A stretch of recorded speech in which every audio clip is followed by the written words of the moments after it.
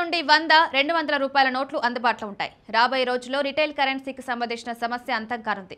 మార్కెట్లో రిటైల్ కరెన్సీకి సంబంధించి ప్రజలు సమస్యలను ఎదుర్కోవాల్సి వచ్చింది. దుకాణదారులు కూడా యూపీఐని చూపిస్తూ రిటైల్ కరెన్సీ ఇవ్వడానికి తమ అసమర్థతను వ్యక్తం చేసేవారు. 100 రూపాయలు, 200 రూపాయలకు సంబంధించి ఆర్బీఐ కొత్త అప్డేట్ ఇచ్చింది. సామాన్యులకు ఈ నోట్ల లభ్యతను పెంచడానికి ఏటీఎంల నుండి 100 లేదా 200 రూపాయల నోట్లను ఉపసంహరించుకోవాలని కేంద్ర బ్యాంకులను ఆదేశించింది.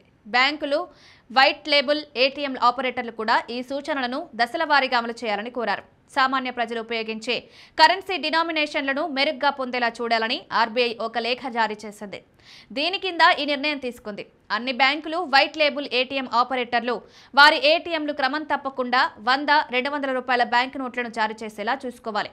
ఇది మాత్రమే కాదు, సెప్టెంబర్ 30 నాటికి అన్ని ఏటీఎంలలో 75% కనీసం ఒక క్యాసెట్ నుండి 100, 200 నోట్లను పంపిణీ చేయాలని ఆర్బీఐ పేర్కొంది. మార్చి 31, 2026 నాటికి అన్ని ఏటీఎంలలో 90% 100, 200 నోట్లు పంపిణీ చేయాలని పేర్కొంది.